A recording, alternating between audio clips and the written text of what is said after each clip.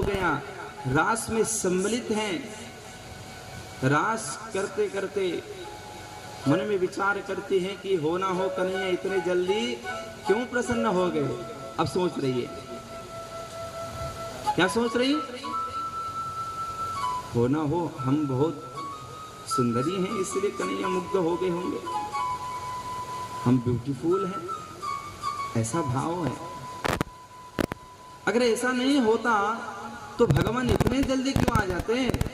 बड़े बड़े योगियों को तो करोड़ों वर्ष बाद दर्शन देते और हमारी बात को सुनते ही मान गए। हमें कुछ क्वालिटी है। बाबा कहते हैं कि उनको बड़ा अभिमान हुआ, भगवान जान गए, अरे अभिमान के पास तो बिल्कुल भी रहना नहीं चाहिए। अभिमान क्या करता है? भक्ति को कम करता है। अभिमान ही भक्ति को कम करता है। अभी भक्ति में कमी हो गई तो भगवान वहीं से अंतर्धान हो गए, गायब। गोपियां देखती हैं कि कन्हैया कहाँ गई, अभी तो यहीं थे। सब ढूंढने लग गई। ऐसा लग रहा है कि बिन पानी मछली कैसे उछलने कूदने लग जाती हैं, श्वास अटकने लग जाता है। उसी प्रकार गोपियां एक वन से दूसरे वन में, दूसरे वन से तीसरे वन में ढूंढ रही हैं, पर कन्हैया कहीं नहीं मिले। अब तो क्या ही कर सकती हैं। मन में स्मरण आ गया कि हो हाँ हमारी गलती है, क्योंकि हमने अभिमान की ना। इतने सरल से हमें जो चीज मिल रहा है उसकी उपस्थिति में इतना अभिमान क्यों करना? और भगवान जैसे वस्तु हमको मिल गया, अब उनको मिलने पर भी अपने में ही कुछ क्वालिटी देखना, ये तो कितनी मूर्खता है।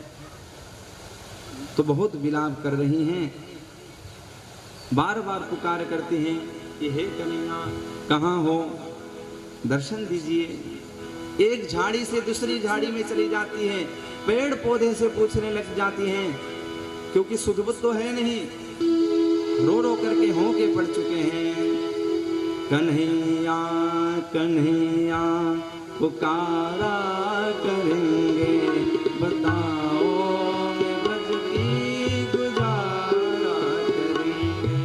सब कहने लगे कन्हैया पुकारा, एक वन से दूसरे वन में जा रही है, बताओ वहां नहीं मिला कन्हैया की गुजारा करेंगे।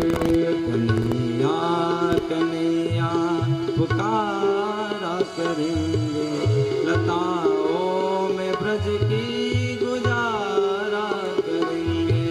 कन्हैया कन्हैया पुकारा करेंगे, लताओं में ब्रज की गुजारा करेंगे। कहीं तो मिलेंगे वो बांके बिहारी, कहीं तो मिलेंगे वो बांके बिहारी, कहीं तो मिलेंगे वो बांके बिहारी, कहीं तो मिलेंगे, कहीं तो मिल जाएंगे बिहारी।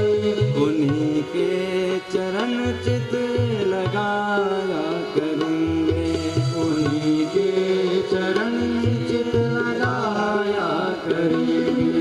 कन्हैया कन्हैया पुकारा करेंगे, लताओं में ब्रज की गुजारा करेंगे। कन्हैया कन्हैया पुकारा करेंगे, लताओं में ब्रज में गुजारा करेंगे। लताओं में ब्रज की गुजारा करेंगे, लताओं में ब्रज की गुजारा करेंगे। उन्हें हम बिठाएंगे आँखों में दिल में, उन्हें हम बिठाएंगे। अब कह रहे कहाँ बिठाएंगे? आँखों में। उन्हें हम बिठाएंगे आँखों में दिल में, उन्हें हम बिठाएंगे आँखों में दिल में। उन्हीं से सदा लो लगाया करेंगे, उन्हीं से सदा लो लगाया करेंगे।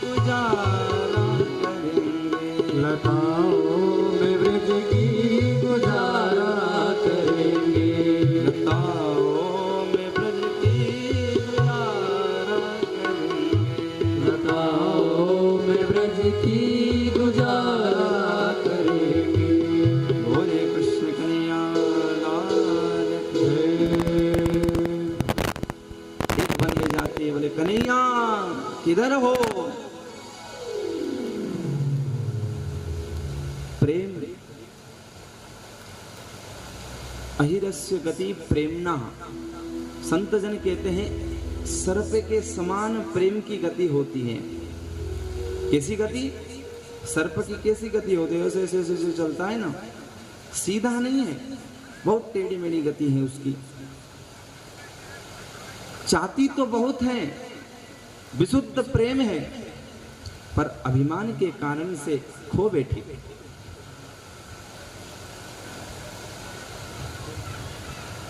बड़ा बड़ा वृक्ष था बड़ का, अब सुध तो है नहीं कि मैं गोपी भी हूं, रो रो करके केवल कन्हैया ही मन में भाव है। ऐसा होने से बट वृक्ष को पूछ रही कि हे, तुम तो वृक्ष में सबसे बड़े हो, सबसे बूढ़े हो, समझदार हो, बताओ कन्हैया कहाँ है? बार बार पूछने भी उत्तर कहाँ से आए? वो तो जड़ है, कहीं से उत्तर नहीं आया, तो उल्टा ही गाली दे करके चली गई। अरे अभिमान करता है। अशोक से जाकर के पूछते हैं कि हे अशोक, तुम्हारे सामने तो सारे शोक दूर करने वाले हो, बताओ कन्हैया कहाँ है? क्या तुमने देखा? अभी यहाँ खेल कूद रहे थे। कोई उत्तर नहीं आया। फिर अशोक को भी सुना करके चली गई। आगे गए तो तुलसी महारानी दिख गई। तुलसी तो भगवान की पत्नी भी तो है। कच्चित तुलसी कल्याणी गोविंद चरण प्रिय। हे तुलसी महारानी, भगवान और किसी को धारण करें या ना करें, तुलसी को तो सदा धारण करते हैं भगवान। और वो भोग भी तभी पाते हैं जब आप वहां चली जाती हो। तुलसी पत्र जब चले जाते हैं तभी तो भगवान भोग लगाते हैं। भगवान विष्णु को भोग लगाना हो तो तुलसी पत्र होना ही चाहिए, तभी भोग पाते हैं। तो आप ऐसे हो, बताओ, आपने तो अवश्य ही देखा होगा कन्हैया कहाँ है? कोई उत्तर नहीं आया तो ये कह करके कहती कि तुम तो 100 तो कहाँ से बताओगी, तुम तो अपने पक्ष में आओगी, ना बताने में तुम्हें लाभ है। खरी खोटी सुना करके चल दी। क्योंकि प्रेम की जो स्थिति होती है वो बड़ी विकट है। जो शुद्ध व्यक्ति, शुद्ध भाव से जो व्यक्ति जिसको चाहता है उसी के बारे में चिंतन करता है, सबसे फर्स्ट कैटेगरी में। और प्रेम करे तो महाराज उन्हीं के गुणगान गाने लग जाता है, जैसे अभी गोपियों ने गाया। और चाहने जब लगते हैं कोई व्यक्ति तो हर खंबे, हर पौधे उन्हीं का दर्शन होने लग जाता है। कहते महाराज और जो चाहे तो क्या होगा, और जो चाहते हैं तो तादात्म्यपन्न भाव उत्पन्न हो जाता है। इसका मतलब क्या है? बोले पेड़ पौधे कन्हैया नहीं, मैं ही कन्हैया हूं, ऐसा भाव आ जाता है। बिल्कुल ओरिजिनल भाव। इसमें लेस भी ये नहीं कि मैं गोपी हूं। तो सभी गोपियां कहने लगी, अरे मैं तो कन्हैया हूं। एक गोपी लंबे ऐसे चुनरी को हिलाते हुए कही कि देख गोपी, मैं कन्हैया हूं, मैंने गोवर्धन लीला में गोवर्धन नाथ को धारण किए हैं। एक गोपी दूसरी गोपी के ऊपर चढ़ करके कहती है कि देख मैंने कालिया को नाथ लिया। सारी लीलाएं करने लग गई। फिर बाद में याद आ गई, ओह हम तो कन्हैया नहीं है, गोपी हैं। जिसने प्रभु को इस भाव से पाने के लिए चाहा है उसी को पता हो सकता है कि ये भाव क्या है। जिसने जीवन में कभी चीनी खाया ही ना हो उस व्यक्ति को कहे, वो पूछे, बता भाई ये चीनी होता कैसे है? अरे बहुत मीठा होता है। अरे मीठा तो होता है, ये तो मेरे को पता है, मैंने खाया नहीं है, पर होता कैसा है दूसरा बता, मीठा कैसा होता है? क्या वो बता पाएगा ऐसा मीठा होता है? इतना बता पाता है कि मीठा होता है, पर कैसा मीठा होता है वो बिल्कुल नहीं बता पाएगा। उसको जानने के लिए चाखना ही पड़ेगा, खुद को खाना ही पड़ेगा। उसी प्रकार गोपी के अंदर जो विशुद्ध भाव है उसको जानने के लिए गोपी बनना ही पड़ेगा। जब तक व्यक्ति गोपी नहीं बन सकता तब तक उस भाव को कोई नहीं जान सकता है। क्योंकि तादात्म्यपन्न ऐसा एक भाव है जगन्नाथपुरी में एक लीला हो रही थी, जैसे रास लीला रामलीला होती है ना, उसी प्रकार लीला हो रही थी। तो वहाँ तो नृसिंह, ऐसे ही नृसिंह लीला हो रही थी। तो किसी ने, जो नृसिंह बना हुआ था जो व्यक्ति, आगे कौन है नीचे, हिरण्यकशिपु। अब वो तो आपस में तो रामू श्यामू होंगे, जो भी होंगे, पर वहां तो लीला एक नृसिंह भगवान बना हुआ है और एक हिरण्यकशिपु बना हुआ है। अब लीला तो रोल क्या था कि अब जंग ऐसे गोदी में बिठा करके फाड़ने की लीला, ये सब नाटक सिखाया गया, भैया ऐसा ही करना। उस नृसिंह बने हुए व्यक्ति में ऐसा तादात्म्यपन्न हुआ कि अनुभव करने लगा कि मैं ही नृसिंह हूं। भक्त था, सचमुच में फाड़ दिया उसने, तो मर गया। सभी लोग कहने लगे कि अरे ये कोई बात है। और मैंने कहा भाई ऐसे लीला कर लेना, नाटक कर लेना, तुमने तो सचमुच में फाड़ दिया इसको, तो सचमुच में मार दिया। कोई दुश्मनी होगी तब ये नाटक कर रहा है। वो कहा कि मेरे को पता ही नहीं है, और मैं उस समय खो गया था। कोई समझदार व्यक्ति ने कहा कि ऐसा करते हैं कि एक बार राम लीला करवाते हैं और दशरथ उसको बना देते हैं, तब समझ आ जाएगा कि ये सच बोल रहा है कि झूठ बोल रहा है। अब दशरथ बना दिया गया राम लीला में। राम जी जा रहे हैं लीला में ही। अब दशरथ सब लीला जानते हैं, जैसे राम कथा तो सब सुने, दशरथ जी तो हाय हाय करके मरना ही है, ऐसी लीला है। तो वहां देखा गया कि रोते रोते राम राम राम राम कहते कहते वो वास्तव में ही परम धाम को चला गया। तब लोगों को पता चला कि जो पहले पूर्व लीला की थी वो भी वास्तविक थी। इसको कहते तादात्म्यपन्न लीला। गोपी अपने आप को मान चुकी हैं कि मैं कृष्ण हूँ, बाद में समझ आया ओहो मैं तो कृष्ण नहीं हूँ। आगे जा रहे थे तो दो पांव के चिन्ह दिखाई पड़े, पांव के चिन्ह दिखाई पड़े, पर दो थे उसमें, दो जोड़ी। तो कह रहे ये एक तो कन्हैया है और दूसरे कौन हैं? तो सब कह रही हैं कि ये तो अवश्य ही राधा होंगी, जो राधा को ही लेकर के भाग गए, हमको तो छोड़ दिए। वैसे भागवत में राधा शब्द बिल्कुल भी नहीं है, गोपी कह करके पुकारा गया है। वहां भी कहते हैं कि कश्चिन कोई गोपी होंगी, पर गर्ग संगीता आदियों में वहां स्पष्टीकरण किया है। राधा सोचती है कि कृष्ण मेरे ही नहीं है, समस्त गोपियों के कृष्ण हैं, इसलिए लाभ सभी को मिलना चाहिए। ऐसा सोच के एक लीला, छोटी सी लीला करती है राधा रानी। क्या कन्हैया लेकर के हाथ पकड़ करके लेके दूर जा रहे थे। राधा अकस्मात कहे बड़ी, अरे मैं तो बहुत थक गई, क्योंकि मुझे तो फूल की तरह रखा है ना माँ पिता ने, कभी कोई दौड़ना बनता ही नहीं, आज कैसे दौड़ा रहे हो? कन्हैया बोले पीठ में आओगी, मैं धारण कर लूं। बोले हाँ ठीक है। सुकुमारी श्वेत युक्ता में सुकुमारी हूँ, पसीने निकल रहे हैं, उठाओ मेरे को।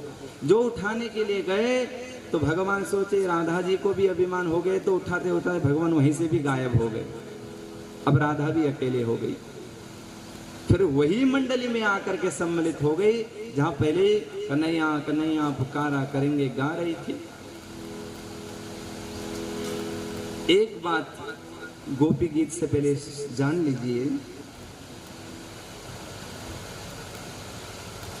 अभिमान के कारण से भक्ति की कमी हुई है, तो अभी भी तो भगवान से क्षमा मांग रहे, अभी ठीक क्यों नहीं कर रहे कन्हैया? जमुना के किनारे आने पर ही, गोपी गीत गाने पर ही भक्ति मिल गई, ऐसा क्यों है? क्योंकि ये तो जमुना महारानी की महिमा है, गोपी गीत की महिमा है। कहते हैं कि अगर जीवन में संभव है तो एक बार जमुना जी का दर्शन अवश्य करें, और वह भी संभव ना हो तो घर में ही रह करके गोपी गीत का पाठ करें, वही फल मिलेगा। भक्ति का सदा वर्धन होता रहेगा। अभिमान भी आ जाए तो भक्ति का वर्धन करने का काम कौन करेगा? गोपी गीत पाठ करेगा। इसलिए बहुत महिमा है। हर क्लेश दूर होता है गोपी गीत से, हर व्याधि चली जाती है। मैं और की बात नहीं करता, हर कथा में प्राय में कह देता हूँ कि हरिद्वार में मेरे बड़े अच्छे परिचय हैं, एक भगत जी करके हैं। नाम ही उनका भगत है। वो एक बार हमें सुना रहे थे कि अरे शास्त्री जी गोपी गीत की क्या महिमा है, क्या बताएं। मेरा ऑपरेशन होने वाला था, बहुत भारी ऑपरेशन, वो भी शीश का। जब थिएटर पे लेके जा रहे थे, इंजेक्शन लगा रहे हैं बेहोशी का, उससे पहले ही गोपी गीत से उच्च स्वर से गोपी गीत मैंने पाठ करना प्रारंभ कर दिया। डॉक्टर बोले कि पहले इसको चुप कराओ, फिर हम आगे का कार्य करेंगे करके मैं तो बंद ही नहीं किया। 2-2.5 घंटे तक बिल्कुल गोपी गीत का ही पाठ करते रहे, और डॉक्टर ने भी मना कर दिया, बोले इसको ठीक करके लाओ फिर हम करेंगे ठीक। घर वाले तो बहुत समझाए, पर ऐसी कृपा हो गई कि बाद में कभी ऑपरेशन करने की कोई आवश्यकता ही नहीं पड़ी, अपने आप ठीक हो गए। तो बड़े मन से हम गोपी गीत का पाठ जो है श्रवण करेंगे। आंख बंद कर लें, और नींद आती है तो आंख खोल भी लें, ताली के साथ सेवा करिए। बहुत सुंदर पाठ है। बोलिए राधा रानी की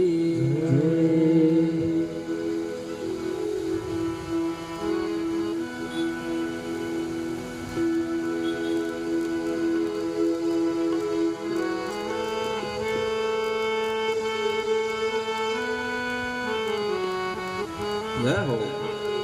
सभी ताली के साथ सेवा करेंगे।